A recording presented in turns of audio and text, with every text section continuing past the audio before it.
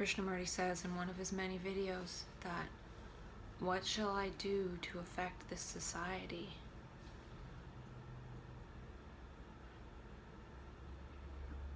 And I'm just going to keep talking to myself. And I was thinking about Dr. David Hawkins' scale of consciousness, and he talks about how people at a high level of consciousness balance out a certain number below. Somebody at 600 might balance out 10,000 people, and one person at 700 might balance out 100,000 people. Those numbers aren't right, but just for example, that high energy consciousness, that person has different gestures, has different actions, has a different light coming out of their eyes, and that is what is the powerful thing that balances out the inaction and different energies of the lower consciousnesses. And what I was thinking about in terms of mania is somebody goes into those high levels temporarily and temporarily balances out 100,000 people. So there's these people popping up into these high states, balancing out a bunch of energy in the lower states of consciousness, and then they go back down to the state of consciousness they were at, or one lower. But these are actually ways that the universe is trying to balance out the lower gestures and lower actions of people in lower states. And those lower states aren't necessarily bad. Sometimes they're necessary based on the conditions of the environment. And there's so many factors. None of it's wrong. It's just what is happening.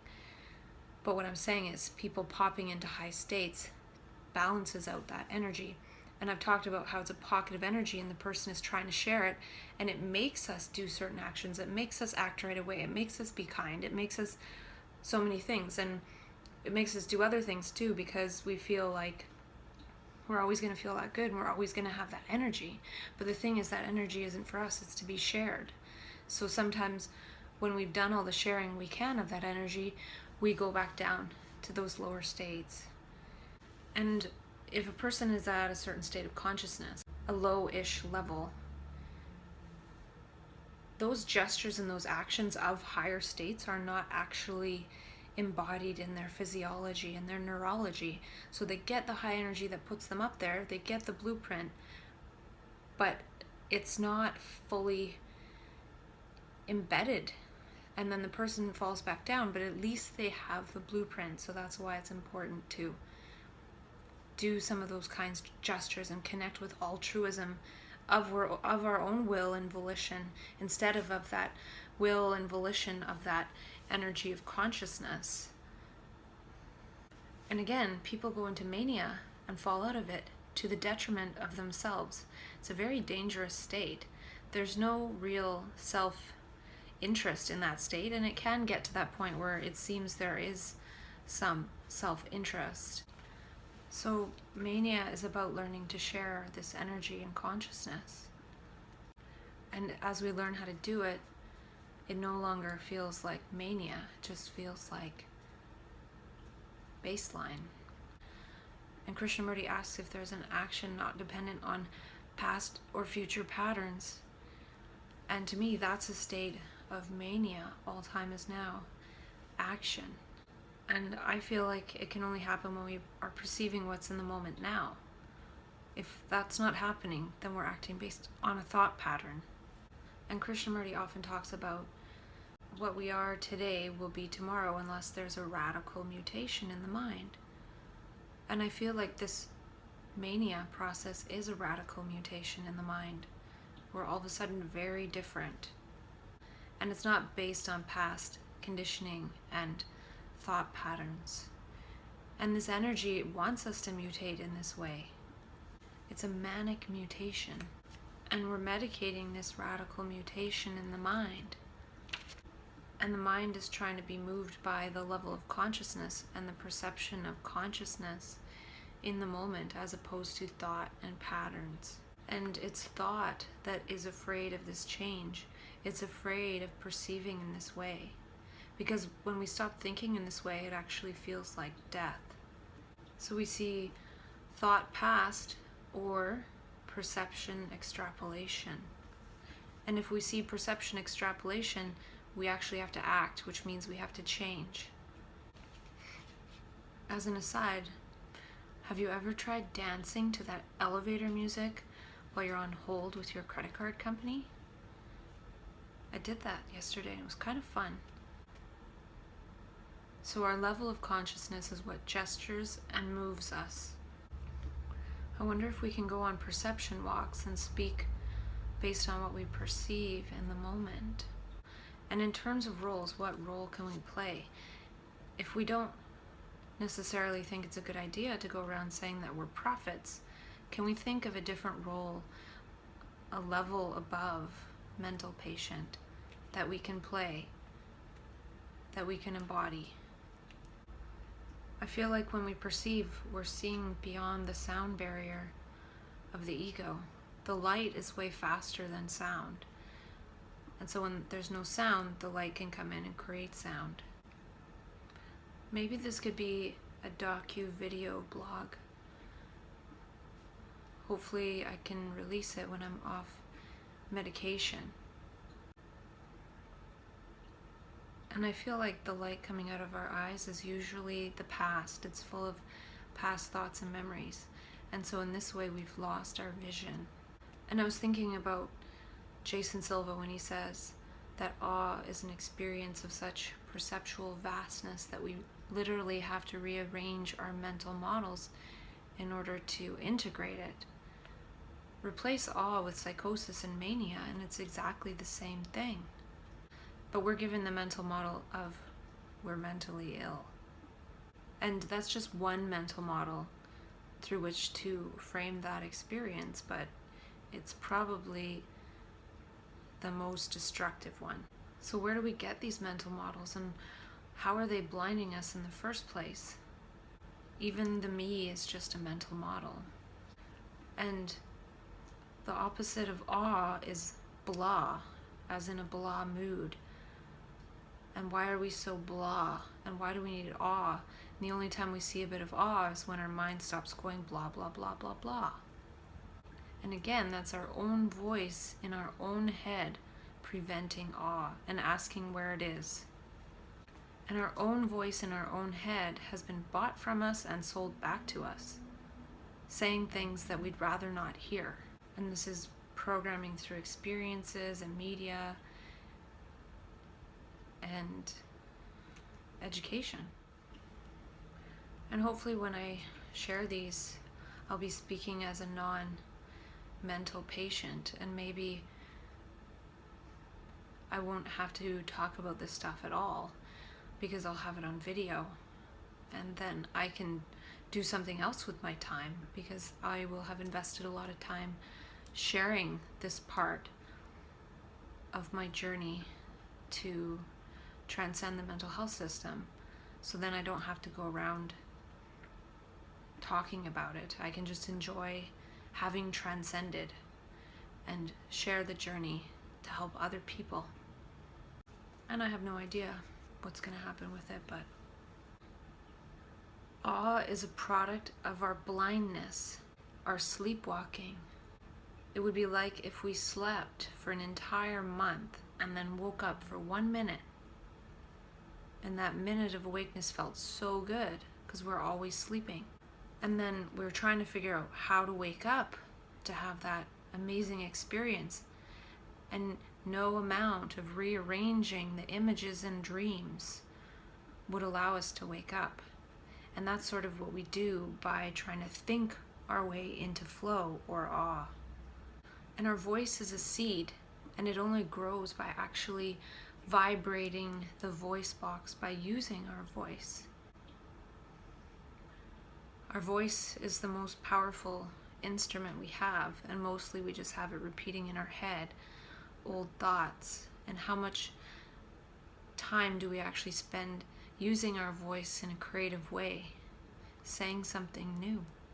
And by using our voice in this creative way, saying new things, we're growing new brain cells. But by using our voice against us in our own head, not actually using our voice box, but somehow producing that sound without a voice box, we're scarring our brain. But the vibration of our own voice actually grows new brain cells, especially if we're saying something new and seeing something new. Because if we're saying something new, we're seeing something new. And that integrates the voice with the eyes. That integrates vision with sound. And in that way, the two are in harmony. If we're speaking as that which we perceive, as the moment, in the moment, those two faculties are in harmony. When usually our voice sound is in our head without using the actual vibration, it's just the brain cells sort of vibrating, and they're vibrating over and over together in the same way, which is locking them in, which is making it harder for those to dissolve. But one of the easiest ways to dissolve those is to actually use one's own voice, the actual vibrations, in a creative way, which is with perception. So if we're thinking about the past and 10 years ago, yet we're in the present moment, our vision, what we're seeing around us, which we're not really seeing because we're blinded by the sound, is out of alignment. So they talk so much about present moment and how to be in the present moment and everything. Just perceiving and speaking as the moment, in the moment, is being in the present moment. Is what I'm saying now congruent with this moment now, with what I'm seeing now? And I was thinking about how prejudice and judgment is actually a hallucination. So if there's another human being in front of me, that's another human being. And if I'm picking out bits and judging and feeling prejudice, the fact is that's a human being. And all those bits that I'm projecting onto them are hallucinations. But the ones that we're programmed with, they're seen as facts.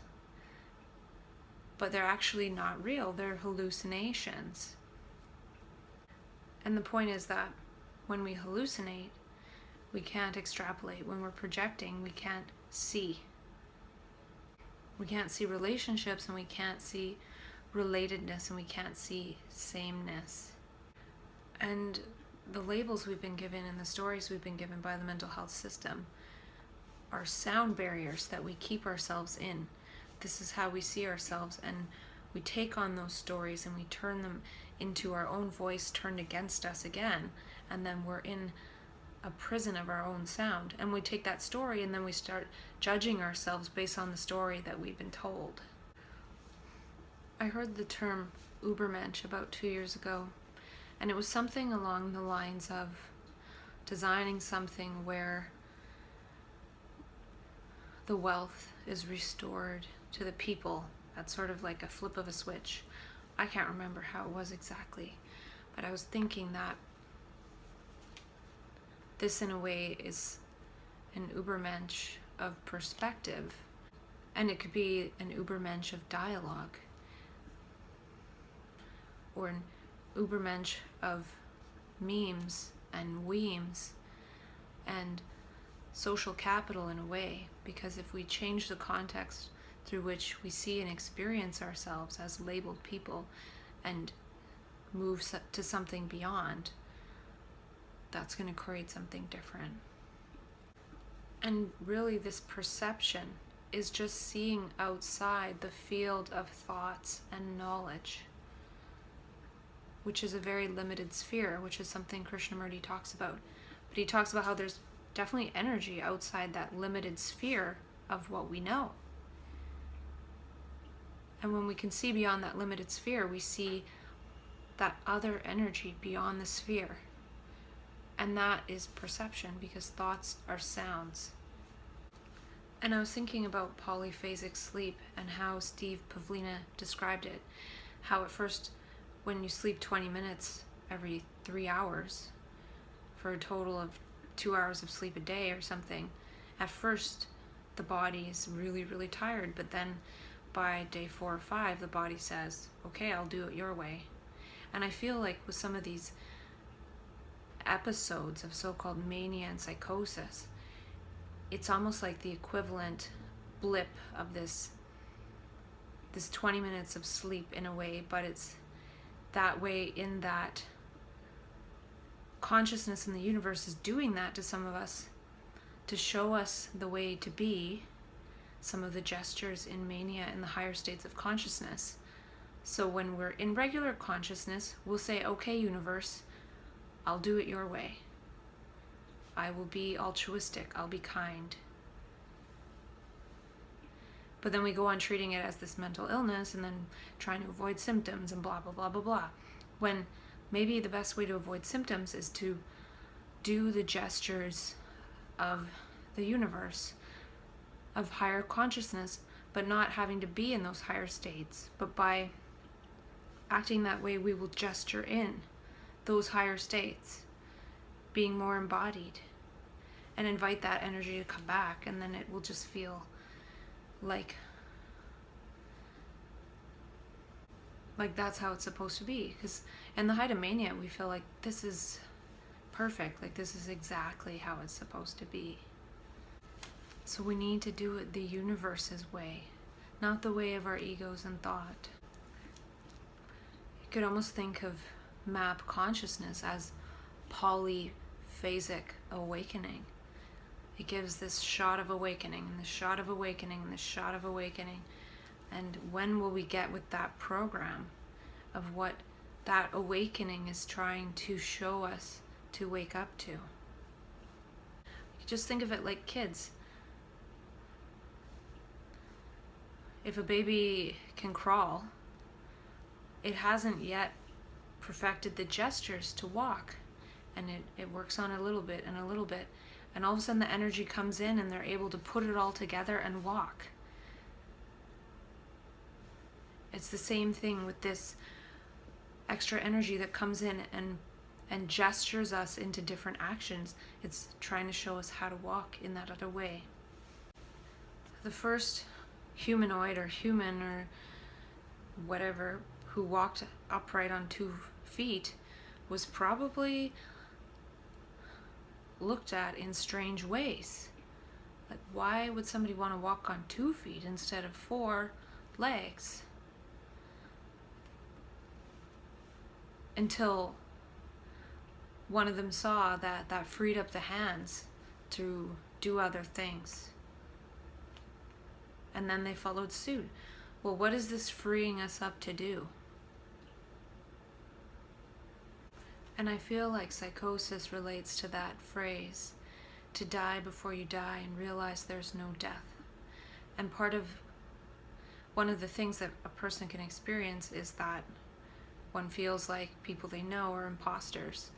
I think that's partly because we're detaching, and that's part of the ego dying and the personality dying, even temporarily.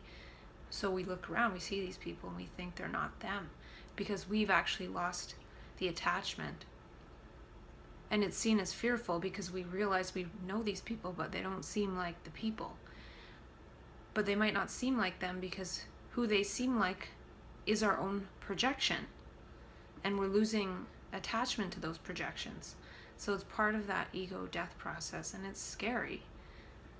And that's part of what I think about when I'm preparing to leave, is imagining if I was in psychosis or in that terrified state right now, how I would feel so detached from everything. And so it's almost like I have to detach from everything, and then when I come out of it, I'm okay. And when I leave, I will be okay. In perception, when we're in the moment, the brain expands on everything it sees. It can extrapolate. So it'll read a book and it'll see beyond the book, and it'll read between the lines, and it'll want to add stuff in. But when we're in this thought ego state, we absorb things and we try to remember, and we try to absorb new thought tracks. We try to turn that sentence that we read into something in our own voice to use later.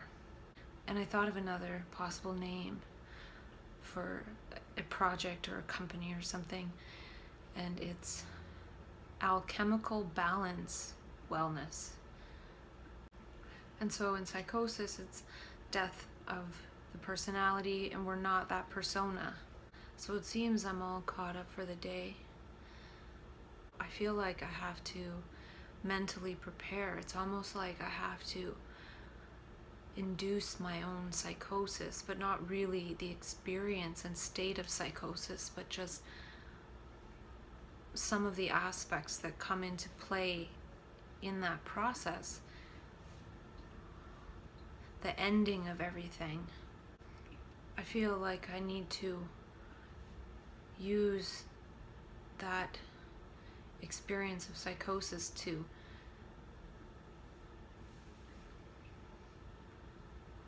wipe away thinking about mental illness and going on this journey with a blank slate and not having this mental illness context as the background